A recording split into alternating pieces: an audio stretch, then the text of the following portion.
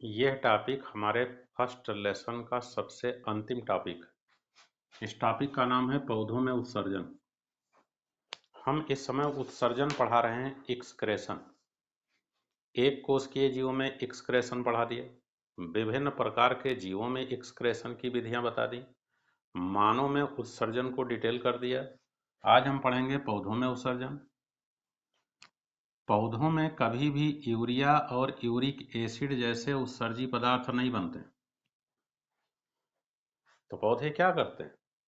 पौधों के लिए जो केमिकल आवश्यक नहीं है उन केमिकल को एकत्रित करके जटिल रसायनों में बदल देते हैं और फिर उन जटिल रसायनों का अपने शरीर में उपयोग नहीं करते।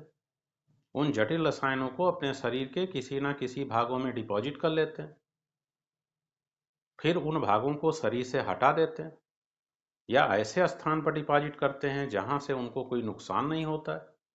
हम इस प्रकार के रासायनिक पदार्थों को द्वितीयक उपापचयक पदार्थ, सेकेंडरी मेटाबोलाइट्स कहते हैं। तो जो पौधे होते हैं वो सेकेंडरी मेटाबोलाइट्स बनाते हैं, द्वितीय उपापचयक पदार्थ बनाते हैं और इन पदार्थों को अपने शरीर में स्टोर कर लेते हैं। यही इनके उत्सर्जी पदार्थ। ये पदार्थ कई केमिकल के फॉर्म में अलग अलग पौधों में बनते हैं।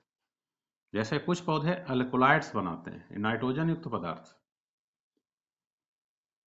जैसे क्यूनीन। एक पौधा है जिसका नाम है सिनकोना, वो अपने तने के छाल में क्यूनीन नामक रसायन बनाता है। यही इसका उत्सर्जी पदार्थ है, अपने अंदर जमा कर लेता है। ये पदार्थ हमारे लिए लाभदायक है। हम मलेरिया के बुखार में इस पदार्थ का उपयोग करते हैं, दवा बनाते हैं। कुछ पौधे मार्फिन बनाते हैं, जैसे पोस्ता का पौधा, अफीम का पौधा।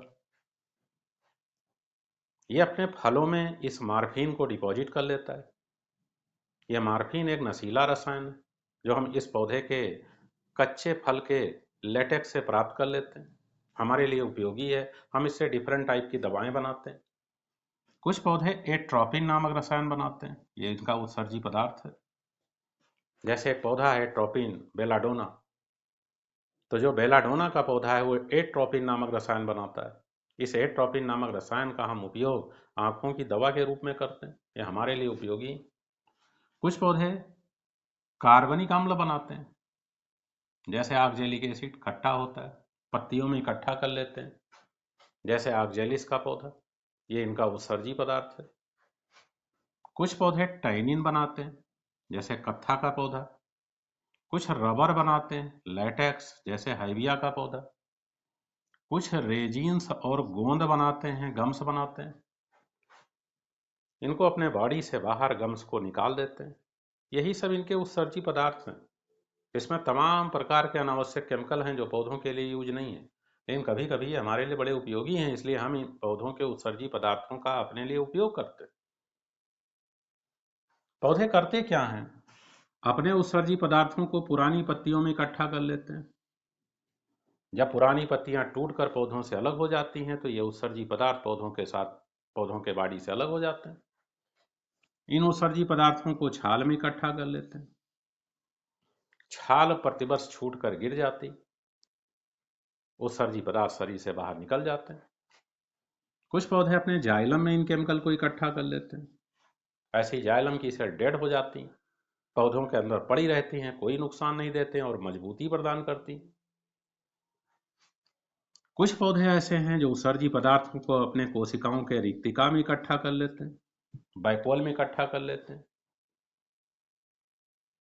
कुछ ऐसे भी पौधे हैं जो हमेशा डिटॉक्सिफाइड किया करते हैं अपने को, यानी टॉक्सिक केमिकल्स को स्टोर करके बॉडी से बाहर निकाला करते हैं, जैसे बरगद का पौधा।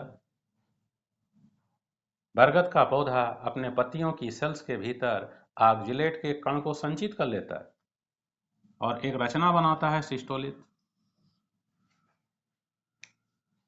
बाद में जब बरगद के पौधे से पत्ती टूटकर अलग हो जाती है तो ये केमिकल बॉडी से बाहर अलग हो जाता है, यानी उसकी शरीर इन विषैले पदार्थों से स्वतंत्र हो गई। इस मेथड से पौधे अपने शरीर के अंदर अनावश्यक रासायनिक पदार्थों से ऐसे केमिकल बना लेते हैं जो शरीर को नुकसान नहीं पहुंचाते हैं और शरीर के अंदर स्टोर रहते हैं विभिन्न भागों में। वो भाग जब शरीर से अलग होते हैं तो ये रसायन शरीर से बाहर निकाल दिए जाते हैं। इस मेथड से पौधे अपने शरीर के अंदर उत्सर्जन की क्रिया करते हैं, लेकिन ध्यान रखोगे ये यूरिया और यूरिक एसिड नहीं बनाते जैसे जंतु बनाते हैं। इस तरीके से हमारा ये लेक्चर आज पहले लेसन का अंतिम लेक्चर है, लाइफ प्रोसेजेज। अब इसके एक एक वीडियो को अगर जोड़कर पढ़ते हो तो पूरा लेसन कंप्लीट हो जाएगा। अब मिलते हैं अगले वीडियो में, नेक्स्ट लेसन में।